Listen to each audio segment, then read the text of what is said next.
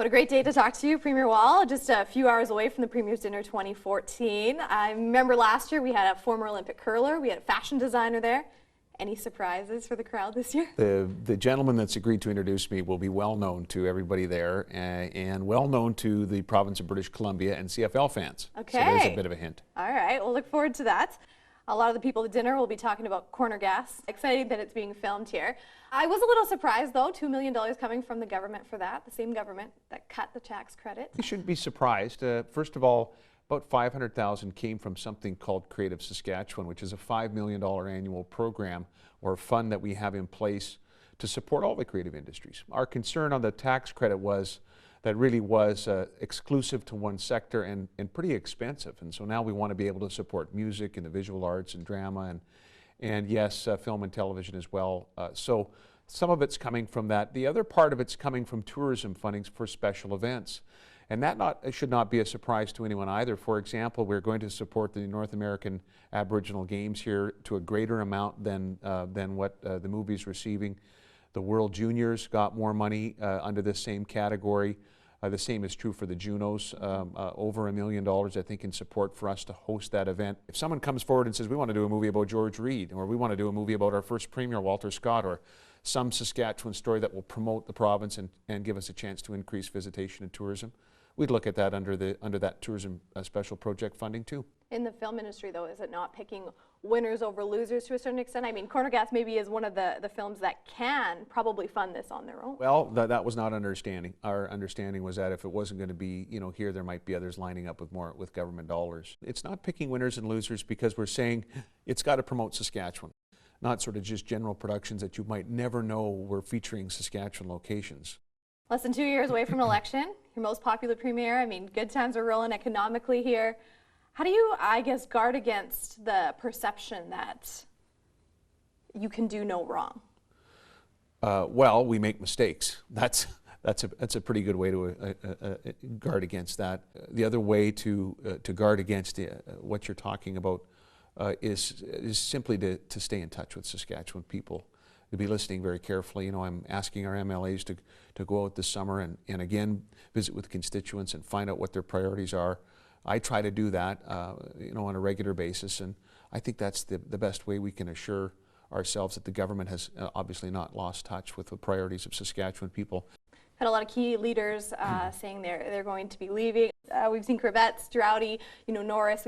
We talked about. How do you look for the next set of backbenchers or MLAs? Or do we have anyone sitting on the bench that you're looking ahead to pull up? Sure. Well, we'll probably have a cabinet realignment here soon because of some of the announcements with respect to members not running again.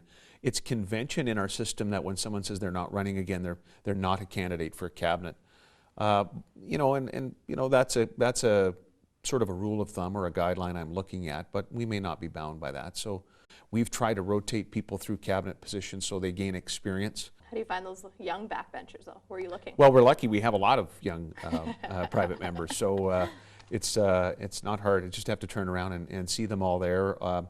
There's a lot of candidates. Again, we have more candidates for cabinet than we have cabinet spots. We have not increased the size of cabinet since 2007, and I'm not going to.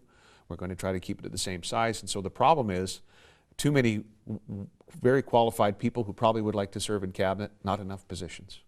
Premier Wall, can you stick around with us for one more segment? Sure. Okay, we'll talk U of S next. Premier Wall, as the vested stakeholder, in the U of S, providing a great amount of funding there. Mm-hmm. How do you move forward from this issue? I was pleased to see the board move with respect to leadership at the university and appoint Dr. Gordon Barnhart as the interim president.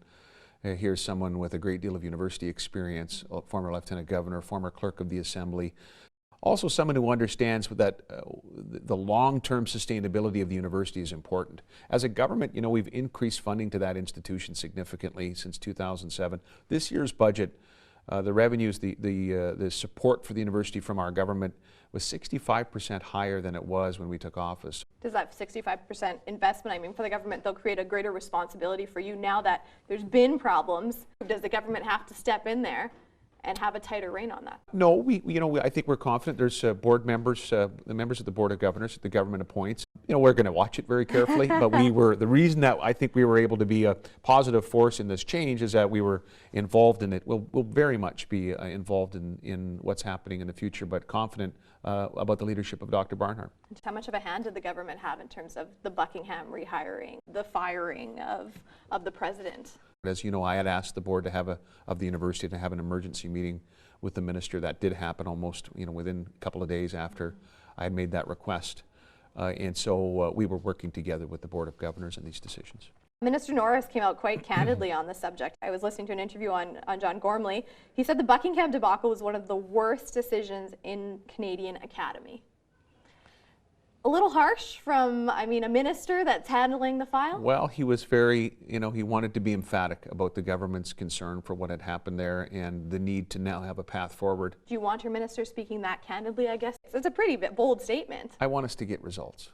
I'd like us to, where we're involved as a government, to be getting results for Saskatchewan people, in this case the institution, students, faculty, but the broader public as well. And so the issue of the what words are used are a bit more semantical for me when compared to results. Let's quickly talk temporary foreign workers. Obviously, the federal government suspended the program. That's an obvious impact on us in Saskatchewan with the labor shortage. What are we doing in the meantime, I guess, for employers right now that are saying, hey, we needed those workers?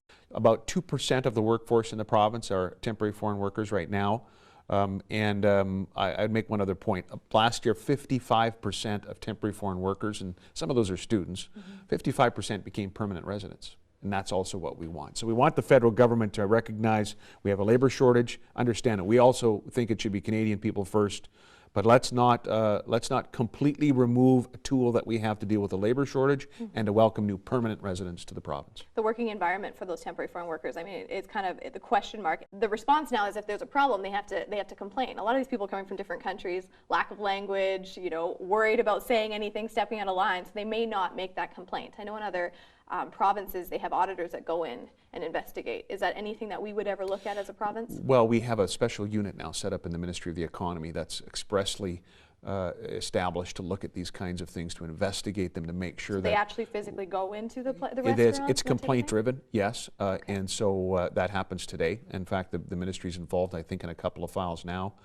Our Ministry of the Economy. So we want to provide those supports. The Canadian Labour Congress has said that the legislation we've passed to protect workers, foreign workers, is one of the strongest in the country. But beyond the complaints process, do you think there's any other way that we would look at it? I think we'd leave it. We're open to some ideas that might be on the table there.